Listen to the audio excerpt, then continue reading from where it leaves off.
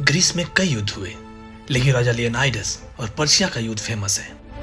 यह एक ऐसी जंग थी जिसमें हौसलों की जीत हुई और 300 स्पार्टन इतिहास लिखने में कामयाब रहे। ग्रीस और पर्शिया के बीच युद्ध तय था। असल में इस युद्ध की नींव पर्शिया के पहले राजा डारियस ने रखी थी। डारियस ने पहले यूनान पर हमला किया क्योंकि उस समय ग्रीस में आपसी लड़ाइयां चल रही थी। डारियस के पास एक बहुत बड़ी सेना थी, लेकिन फाइनल रिजल्ट इसका उल्टा आया। आपसी लड़ाई के बावजूद ग्रीस के सारे राज्य साथ आ गए और पर्शिया के राजा डारियस और उसकी विशाल सेना को हरा दिया। इस युद्ध में डारियस की मौत हो गई और इसी का बदला लेने के लिए ज़र्क्सिस दोबारा जंग के पक्ष में आ खड़ा हुआ।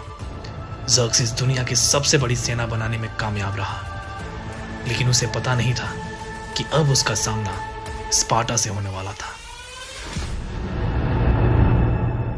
Hello everyone, welcome to the explaining site. और आज हम एक्सप्लेन करने जा रहे हैं 2006 में आई एक्शन ड्रामा फिल्म 300, जिसे डायरेक्ट किया है जैक स्नाइडर ने। IMDb पर इसकी रेटिंग है 7.6। इस फिल्म में मुख्य किरदार में है गेरार्ड बटलर, लेना हेडी एंड डेविड बेनम। कहानी की शुरुआत एक वॉइस ओवर के साथ होती है और हमें दिखाया जाता है कि एक बच्चा पैदा हुआ है।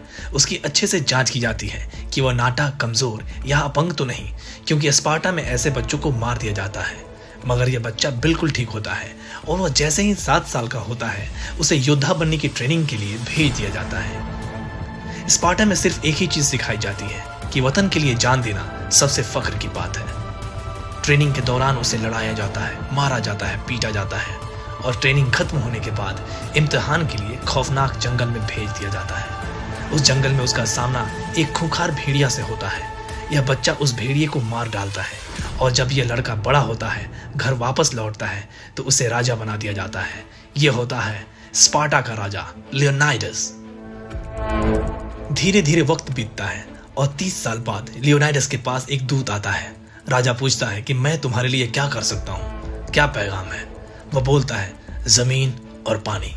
राजा पूछता है कि तुम फ्रांस से जमीन और पानी के लिए आए हो। दरअसल वो झूठ बोल रहा होता है। वो कहता है, हमारे शहंशाह चाहते हैं कि तुम उनकी अधीनता स्वीकार कर लो। लियोनाइडस इसके लिए मना कर देता है। दरअसल जब ये दूत आया होता है तो इसके दरवाजे पर कई सारे राजाओं के कटे हुए सर को लटकाया होता है ताकि वह लियोनाइडस को डरा सके, और इसके साथ ही उसकी रानी का अपमान भी किया होता है। इसलिए लियोनाइडस उसे और उसके सारे आदमियों को मार डालता है। लियोनाइडस को पता है कि फारस की बहुत बड़ी सेना है और वो यूनान पर हमला करने वाले हैं और सबसे पहले वे स्पार्टा पर हमला करेंगे। इसलिए लियोनाइडस उन पर हमला करना चाहता है, उनसे युद्ध करना चाहता है। लेकिन यह फैसला वो अकेले नहीं कर सकता। हालांकि वो राजा है, लेकिन स्पार्टा के कुछ रीति रिवाज है। अगर उसे युद्ध करना है तो उसे देवताओं का आशीर्वाद लेना पड़ेगा, जिसके लिए लियोनाइडस पुजारियों के पास जाता है। लियोनाइडस पुजारियों को सारी रणनीति बताता है। वह बताता है कि फारस की एक बहुत बड़ी सेना हम पर हमला करने वाली है। अगर उन्हें हम पहाड़ी दरों यानी कि नर्क के द्वार में भेज दें तो उन्हें आसानी से वहां मारा जा सकता है। लेकिन ये बूढ़े पाखंडी लोग बोलते हैं कि पहले ये बताओ कि चढ़ावे में क्या लाए हो। लियोनाइडस उन्हें बहुत सारा सोना देता है। वह बताते हैं कि इस महीने यूनान में त्योहार चल रहे हैं और इस त्योहार के मध्य स्पार्टा किसी भी जंग पर नहीं जाता। लियोनाइडस उन्हें बताता है कि अगर हम ये युद्ध नहीं लड़े तो हमारे स्पार्टा की सारी औरतें, बच्चों और बूढ़ों को गुलाम बना लिया जाएगा, नौजवानों को मार दिया जाएगा। पुजारी बताते हैं, युद्ध पर जाने का फैसला हम नहीं कर सकते, ये देवताओं के ऊपर है। वहां पर एक नौजवान लड़की होती है जिसके जरिए वह ईश्वर का संदेश लियोनाइडस को बताते हैं। वो बताते हैं कि अगस्त माह में अगर युद्ध लड़ा गया तो पूरा स्पार्टा खत्म हो जाएगा। वो कहते हैं कि हमें उस त्योहार का जश्न मनाना चाहिए, ना कि युद्ध करना चाहिए। इस बात से लियोनाइडस बहुत दुखी हो जाता है और वहां से चला जाता है। दरअसल ये बूढ़े पाखंडी पुजारी लोग किसी से मिले होते हैं। कुछ ही देर बाद वहां पे ज़र्क्सिस के लोग चले आते हैं और उन्हें बहुत सारा सोना देते हैं। दरअसल ये पूरा संदेश गलत होता है, क्योंकि उन्हें लालच होती है कि स्पार्टा खत्म हो जाएगा और वहां का राजा ज़र्क्सिस उन्हें बहुत सारा सोना और लड़कियां देगा। इधर राजा लियोनाइडस बहुत परेशान होता है क्योंकि वह जंग पर जाना चाहता है। उसकी रानी उससे पूछती है कि आप इतने परेशान क्यों हैं। वो बोलता है कि मैं उन सारी चीजों को खत्म होते हुए नहीं देख सकता जिसे मैं बहुत ज्यादा प्यार करता हूँ। रानी उसे मोटिवेट करती है। वो कहती है कि आप ये मत सोचो कि आप एक राजा, एक पिता या पति हैं। आप ये सोचो कि आप एक आजाद इंसान हैं। ऐसी स्थिति में हर इंसान जो कर सकता है आप भी वही कीजिए। अगले ही दिन लियोनाइडस 300 सैनिकों की एक टोली बुलाता है। यह स्पार्टा के सबसे बहादुर सैनिक होते हैं। लियोनाइडस अपने 300 बहादुर सैनिकों के साथ लाखों की सेना से लड़ने के लिए अकेले ही निकल पड़ता है। जाते वक्त रास्ते में इसके सांसद सामने खड़े हो जाते हैं। वो कहते हैं कि जब पुजारियों ने जंग लड़ने से मना किया है तो आप जंग पे नहीं जा सकते। दरअसल थेरान नाम का सांसद ज़र्क्सिस से बिक चुका था। यह उसकी चाल थी कि लियोनाइडस को पूरी फौज न मिले। थेरान चाहता था कि स्पार्टा हार जाए और इसके हारने के बाद पूरा कमान इसे मिल जाए।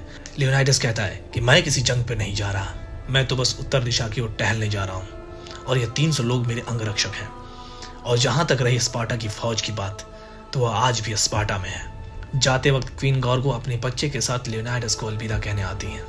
वह अपना लॉकेट उसके गले में डाल देती हैं और कहती हैं कि अपने ढाल को अपने हाथ में लेकर आना या इस पर लेट कर आना, क्योंकि वह जानती थी कि लियोनाइडस वो शख्स है जिसके सामने दुनिया थर्राती है। लियोनाइडस अपने लोगों के साथ नर्क के द्वार की तरफ चला जाता है, क्योंकि वहां ज़र्क्सिस की सेना आने वाली है। लियोनाइडस की सेना जब आगे जा रही होती है तो हमें दिखाया जाता है कि इनका कोई पीछा कर रहा है। यह एक कुबड़ा इंसान होता है जिसके पास एक ढाल और भाला होती है। सेना धीरे धीरे आगे बढ़ती है, तभी रास्ते में उन्हें कुछ सैनिक मिलते हैं। ये आर्केडियंस हैं। लगभग 200 की तादाद में वे स्पार्टन के साथ जुड़ जाते हैं। कुछ देर चलने के बाद एक गांव आता है। किसी ने इस गांव को पूरी तरह से तबाह कर दिया होता है। यह देखकर लियोनाइडस की सेना को बहुत गुस्सा आता है। तभी वहां एक बच्ची आती है जो लियोनाइडस के पास आते आते गिर जाती है। वो बताती है कि यहाँ राक्षस आए हुए थे जिनके पंजे थे, उन्होंने सारे गांव वालों को मार डाला। ये सब सुनने के बाद लियोनाइडस के सेना से एक बंदा बोलता है कि हमने फारसी भूतों के बारे में सुना था जिन्हें कभी मारा नहीं जा सकता। लियोनाइडस उस आर्केडियन से बोलता है कि उन्हें मारा जा सकता है या नहीं, ये हमारी तलवारें तय करेंगी। वह लोग वहां से आगे बढ़ते हैं और संकरे रास्ते से होते हुए समंदर किनारे पहुंचते हैं, जहां पर समुद्र में बहुत सारे फारसी जहाज दिखते हैं जो इनसे लड़ने के लिए ही आए होते हैं। तभी अचानक बहुत तेज बारिश शुरू हो जाती है। बारिश और तूफान की वजह से सारे फारसी जहाज तबाह हो जाते हैं और डूब जाते हैं। पूरे यूनानी लोग इस बात का जश्न मनाते हैं, मगर एक बंदा अभी खामोश है। यह है उनका राजा लियोनाइडस। स्पार्टन्स को लगता है कि फारसी तबाह हो चुके हैं, मगर थोड़ी देर बाद पहाड़ी की दूसरी चोटी से देखने पर पता चलता है कि फारसियों का बहुत बड़ा बेड़ा सामने है जिसमें हजारों जहाज हैं। फारसियों की तादाद लाखों में है, जिन्हें हराना मुश्किल ही नहीं नामुमकिन है। लेकिन उनकी रणनीति के मुताबिक नरक का द्वार कहे जाने वाले इस संकरे रास्ते में पूरी सेना एक बार नहीं आ सकती। लियोनाइडस की रणनीति है कि इस संकरे रास्ते में थोड़े थोड़े सैनिकों को मारते मारते पूरे फारसियों को मार डालेंगे। इसी बीच राजा लियोनाइडस अपने कप्तान से पूछता है, क्या हमारे पीछे आने के लिए कोई रास्ता है? इसका सेनापति बोलता है, नहीं, ऐसा कोई भी रास्ता नहीं है। तभी वहां एफियाल्टिस चला आता है। वह बताता है कि राजा साहब, पीछे के चट्टानों से एक रास्ता है, वह चरवाहों का रास्ता है। अगर फारस की सेना वहां से आ जाए तो हमें चारों तरफ से घेर लेंगे। ये वही कुबड़ा इंसान है जो पूरे रास्ते इनका पीछा कर रहा है। एफियाल्टिस बोलता है कि मैं भी आपके साथ लड़ना चाहता हूँ, मैं भी फारसियों को मारना चाहता हूँ। वह बताता है कि मैं भी एक स्पार्टन हूँ। जब मेरा जन्म हुआ था तो मैं अपंग था, मुझे स्पार्टा में मार दिया जाता, इसीलिए मुझे मेरी माँ कहीं और लेकर चली गई मुझे बचाने के लिए। लेकिन मैं अपने माँ और बाप का नाम रोशन करना चाहता हूँ, आपके साथ युद्ध में शामिल होना चाहता हूँ।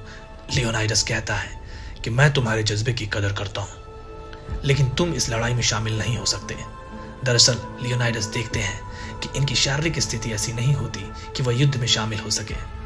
वो इससे कहता है कि अगर तुम हमारी मदद ही करना चाहते हो तो प्यासों को पानी पिलाओ, घायल सैनिकों की मदद करो। लियोनाइडस कहता है कि मुझे माफ करना मेरे दोस्त, और यही कहकर वह वहां से चला जाता है। इस बात से एफियाल्टिस को बहुत गुस्सा आता है। वह अपनी ढाल और तलवार को फेंक देता है और वहां से चला जाता है। इधर दूसरी तरफ फारसी सेना आगे बढ़ती है और 300 स्पार्टन इन सब का डटकर मुकाबला करते हैं। वे ज़र्क्सिस के हजारों सैनिकों को मार डालते हैं और इन्हें एक बहुत बड़ी जीत हासिल होती है। अगली बार ज़र्क्सिस खुद लियोनाइडस से मिलने आता है। लियोनाइडस बोलता है, मुझे लगता है तुम ही हो ज़र्क्सिस। ज़र्क्सिस बोलता है कि तुम्हारा कबीला बेमिसाल है, तुम एक देवता के सामने भी खड़े होकर बेखौफ हो, मगर देवता के खिलाफ खड़ा होना चालाकी नहीं। लियोनाइडस बोलता है कि तुम्हारे पास गुलाम ज्यादा हैं और योद्धा कम है, बहुत जल्द उन्हें तुम्हारे हंटरों से ज्यादा स्पार्टन भालों से खौफ होगा।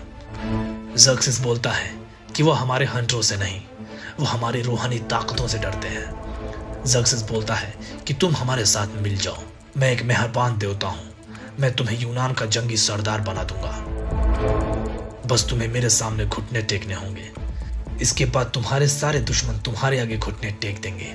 लियोनाइडस कहता है कि तुम बहुत मेहरबान हो शहंशाहों के शहंशाह, मगर जहां तक रही घुटने टेकने की बात, वो क्या है कि तुम्हारे आदमियों को मारने के बाद मेरे पैर में अकड़न सी आ गई है, इसलिए घुटने टेकने का सवाल ही पैदा नहीं होता। ज़र्क्सिस उसे डराने की बहुत कोशिश करता है, लेकिन लियोनाइडस एक जाबाज योद्धा है, उसे मौत से भी खौफ नहीं। वो वहां से ज़र्क्सिस को धमकी देकर चला जाता है। अगली बार ज़र्क्सिस अपने सबसे ताकतवर सेना को भेजता है, जो इंसान नहीं होते। दरअसल ये वही खूंखार राक्षस होते हैं जिनके बारे में वो बच्ची बताई होती है। पूरे 300 स्पार्टन इन दरिंदों को जान से मार डालते हैं। इसी सेना में एक बहुत बड़ा राक्षस भी होता है जिसे लियोनाइडस खुद मार डालता है। स्पार्टन एक बार फिर से जीत जाते हैं। इस जीत के बाद लियोनाइडस को भी ज़र्क्सिस की लाखों की सेना के सामने जीतने की एक नामुमकिन सी उम्मीद हो जाती है। अगली सुबह ज़र्क्सिस अपने बहुत बड़ी सेना के साथ एशियाई जादूगरों को भी भेजता है। स्पार्टन और आर्केडियंस मिलकर ज़र्क्सिस की सेना और उसके खूंखार जानवरों को मौत के घाट उतार देते हैं, और इस शिकस्त के बाद खुद को देवता कहने वाला ज़र्क्सिस खुद खौफ में आ जाता है। वह अपने ही सिपह सलारों को मौत के घाट उतरवाने लगता है। इधर स्पार्टन को जीत मिली है, लेकिन इस बार कोई जश्न नहीं मनाया जाएगा, क्योंकि इस बार युद्ध में कई स्पार्टन के साथ कप्तान का बेटा भी शहीद हो गया है। दूसरी तरफ एफियाल्टिस, जो कुबड़ा होता है, वो ज़र्क्सिस के पास जाता है। ज़र्क्सिस उसे बोलता है कि तुम्हारा ईश्वर बहुत ही बेरहम है जिसने तुम्हें ऐसा बनाया, उतने ही बेरहम यह स्पार्टन है जिसने तुम्हें दुत्कारा है, मगर मैं बहुत ही दयालु हूँ। मैं तुम्हें वह सब दूंगा जो तुमने कभी सोचा भी नहीं होगा, बस तुम मुझे रास्ता बता दो जिससे हम स्पार्टन को चारों तरफ से घेर सकें। एफियाल्टिस दौलत और औरतों के लालच में बोलता है, हाँ मुझे सब चाहिए, मैं सब बताऊंगा, बस मुझे एक वर्दी चाहिए।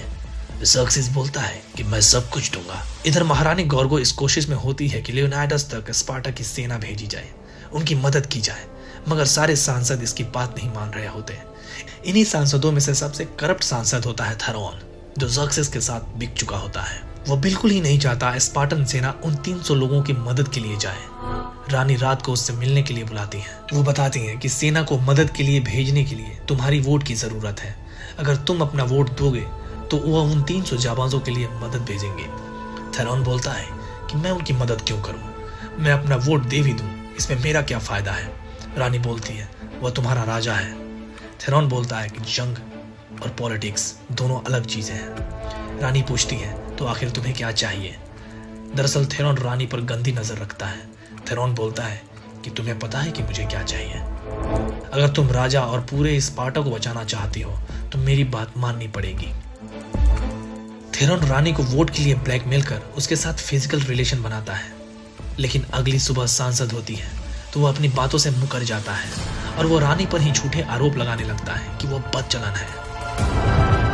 रानी को इस बात से गुस्सा आ जाता है और वह उसी का खंजर निकालकर उसके पेट में भोंक देती है, और तभी उसके कपड़ों में से बहुत सारे सोने के सिक्के गिरते हैं जिस पर ज़र्क्सिस की मोहर लगी होती है। सारे सांसद इस बात को जान जाते हैं कि वह गद्दार था।